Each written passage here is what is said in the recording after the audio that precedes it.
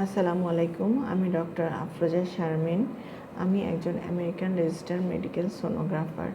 আজকে আমি এআরডিএমএস সম্বন্ধেই কথা বলবো যে এআরডিএমএস এক্সামটা আসলে কী এবং এই এক্সাম দেওয়ার জন্য আপনাকে কী এলিজিবল ক্রাইটেরিয়া থাকতে হবে এবং এই এক্সামটা আপনি কি বাংলাদেশে বসে আপনি এটার লাইসেন্স প্রাপ্ত হলে সেটার স্ট্যাটাস আপনি ডিটেক্ট করতে পারবেন কিনা, অথবা এই এক্সাম পাসের মাধ্যমে আপনি বাইরে যেয়ে সোনোগ্রাফার হিসাবে জব পাবেন কিনা, এই সব বিষয়গুলো আমি তুলে ধরার চেষ্টা করব এক এক করে।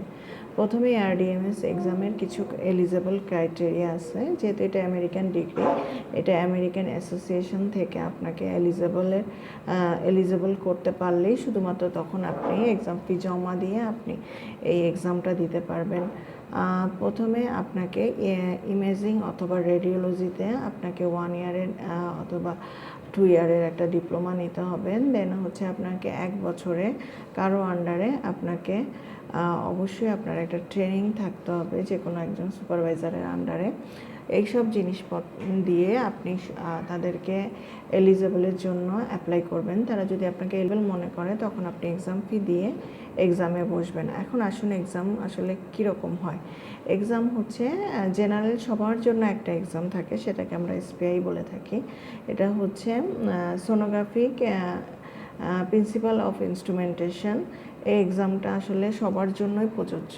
এছাড়াও আপনি যদি কারো স্পেশাল কোনো সাবজেক্টে প্র্যাকটিস করে থাকেন, সেই সাবজেক্ট ওয়াইজ আপনি পরবর্তীতে আরেকটি এক্সাম আপনি দিতে পারেন, তবে একের অধিক আপনি এক্সাম দিতে পারেন। যেমন হচ্ছে obs, gynae, abdomen, muscular skeletal, vascular, এভাবে আপনি কিন্তু বিভিন্ন এক্সামে আপনি অ্যাপিয়ার করতে পারেন।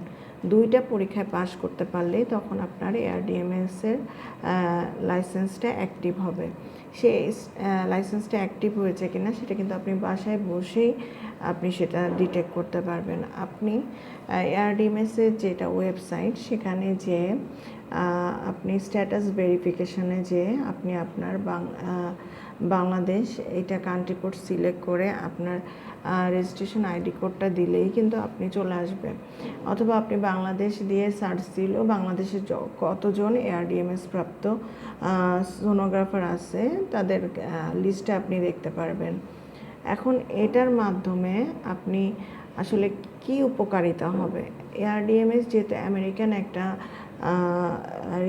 আমেরিকান একটা লাইসেন্সিং এক্সাম, একটা সিলেবাসটা একটু ভাস্ট, যেটা এসপিআই, সেটার মাধ্যমে আমরা ইনস্ট্রুমেন্টেশনের বিভিন্ন টপিকসগুলো আমরা আরও ইলাবোরেটলি জানবো।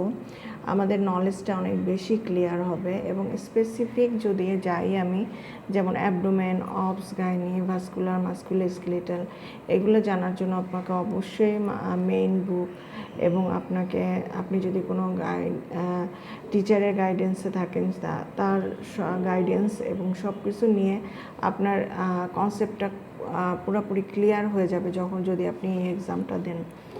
এখন আপনি আপনার নিজের নলেজটা এনহ্যান্স করার জন্য আপনি এক্সামটা দিতে পারেন। অথবা আপনি যদি বাইরে যাওয়ার চিন্তা করে থাকেন, যেমন আপনি যদি আমেরিকায় যেতে চান, সেক্ষেত্রে আপনাকে অবশ্যই অন্য একটা ডিগ্রি, অন্য কোনো ভিসা বা আপনি স্টুডেন্ট ভিসায় যেয়ে আপনি ওয়ার্ক পারমিটে যেয়ে দেন আপনি এআরডিএমএস দিয়ে কিন্তু আপনি জব পেতে পারেন। অথবা আপনি বাংলাদেশে বসেও কিন্তু ওখানে বিভিন্ন জায়গায় আপনি জবের অ্যাপ্লাই করতে পারেন।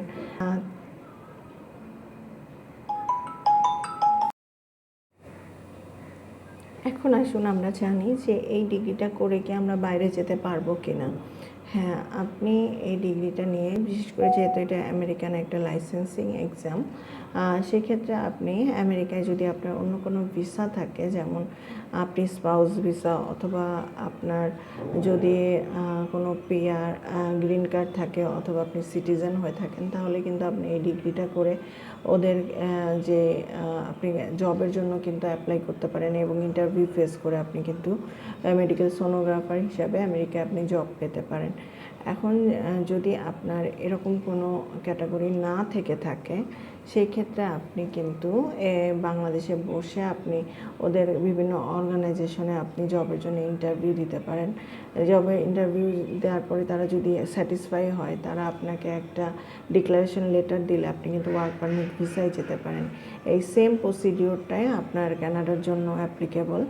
আপনি এয়ারডিএমএস থাকলে আপনি কিন্তু ওখানকার যে সোনোগ্রাফি কানাডা এক্সামটা আছে আপনি ওটার জন্য অ্যাপ্লাই করতে পারেন। এবং আপনি আরেকটা যেটা কানাডায় বেনিফিট আছে সেটা হচ্ছে আপনি প্রভিন্সিয়াল নমিনেশন প্রোগ্রামেও কিন্তু আপনি এই এয়ারডিএমএস দিয়ে অ্যাপ্লাই করতে পারবেন। যেমন হচ্ছে SINP প্রোগ্রাম, এটার মাধ্যমেও কিন্তু আপনি এই প্রভিন্সিয়াল নমিনেশন প্রোগ্রামে আপনি আপনার প্রোফাইলটাকে আপলোড করতে পারবেন। এছাড়া আপনার যদি ওয়ার্ক পারমিট থাকে, অথবা আপনি যদি PR থাকেন, অথবা আপনি সিটিজেন থাকেন, তখন কিন্তু আপনি এয়ারডিএমএস করে আপনি সোনোগ্রাফি কানাডা এক্সাম পাস করে দেন আপনি ওখানে কিন্তু আপনি মেডিকেল সোনোগ্রাফার হিসাবে নিজেকে এস্টাবলিশ করতে পারেন। এখন আসুন যে ইউকের ক্ষেত্রে আসলে কি হতে পারে। ইউকের ক্ষেত্রে আপনার রেডিওলজি বা ইমেজিং ফিল্ডে যদি কোনো ধরনের ডিগ্রি থাকে, সেক্ষেত্রে আপনি এয়ারডিএমএস করে আপনাকে HCPC রেজিস্ট্রেশনের জন্য অ্যাপ্লাই করতে হবে। HCPC রেজিস্ট্রেশন থাকলে তখন কিন্তু আপনি সেম প্রসিডিওরে বাংলাদেশ থেকে আপনি জবের জন্য অ্যাপ্লাই করতে পারেন, অথবা ভিজিট ভিসায় যে ওখানে যে জবের জন্য অ্যাপ্লাই করে আপনি আপনার জবটা সিকিউর যে ডিক্লারেশনটা দিবে সেটার ভিত্তিতে আপনি কিন্তু ওখানে মেডিকেল সোনোগ্রাফার হিসাবে জব নিতে পারেন। এইসব বিভিন্ন অপরচুনিটি কিন্তু আপনার খুলে যাবে যদি আপনি এয়ারডিএমএসটা আপনার কমপ্লিট করা থাকে। আশা করি আমি আমার এই ভিডিওর মাধ্যমে আপনাদেরকে কিছু তথ্য দিয়ে উপকৃত করার চেষ্টা করেছি। আরও যদি কোনো কোয়ারি থাকে তাহলে আপনারা অবশ্যই আপনাদের মেসেজে এই ভিডিওর মেসেজ অপশনে আমাকে করতে পারেন। আমি যথাসাধ্য চেষ্টা করব আপনাদের অ্যান্সারগুলো সঠিক সময়ে দিয়ে দেওয়ার। ধন্যবাদ এই ভিডিওটি এতক্ষণ আমার সাথে দেখার জন্য।